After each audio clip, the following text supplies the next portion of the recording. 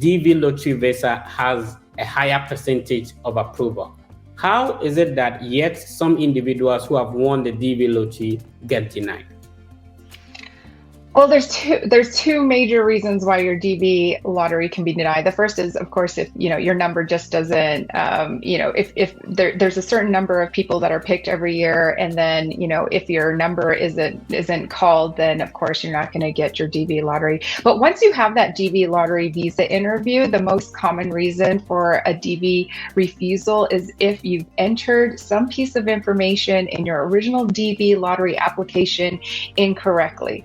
So that means when you enter the DV lottery, there's a couple questions there that are a little bit nuanced, a little bit tricky, and you want to make sure that all the information you're putting on that application is 100% accurate, because if even one thing is not accurate, you could be refused your DV visa. So for example, a common one is parents who are traveling with children will sometimes leave off the name of a child because that child isn't going to immigrate to the US with them.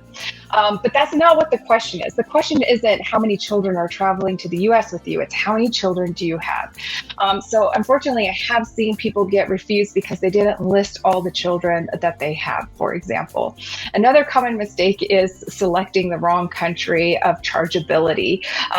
It's a drop-down menu. If you click on that wrong country, it doesn't matter, if your real country qualifies you for the DV lottery. If you've made a mistake like that, then you can be refused.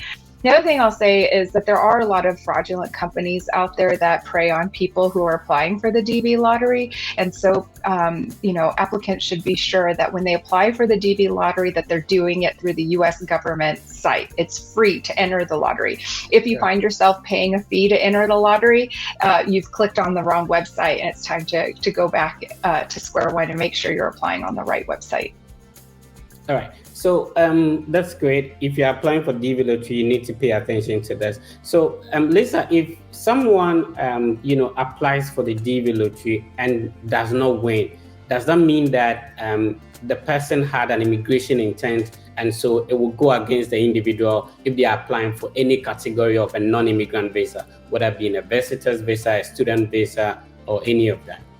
Yeah, definitely. You have to be ready to explain why you are applying for the DV lottery if you don't have an immigrant intent on the day of your visa interview for that tourist visa or that student visa.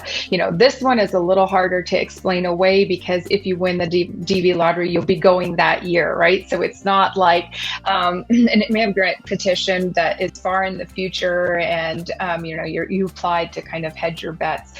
So, again, this would come down to that person's specific situation, what their motivations were when they applied for the DV lottery, how those motivations or plans may have changed since then, what they actually planned on doing once they had the DV lottery. I know some people apply for the DV lottery because they're thinking, well, I really just want to go study in the US, but I can go and study in the US with my DV visa, so why not try that too? And if that's the case, you could try explaining to the officer that you never had an intention to immigrate to the US, even though you applied for the DV lottery. But again, it's going to come down to your ability to be confident in your answer and to be persuasive.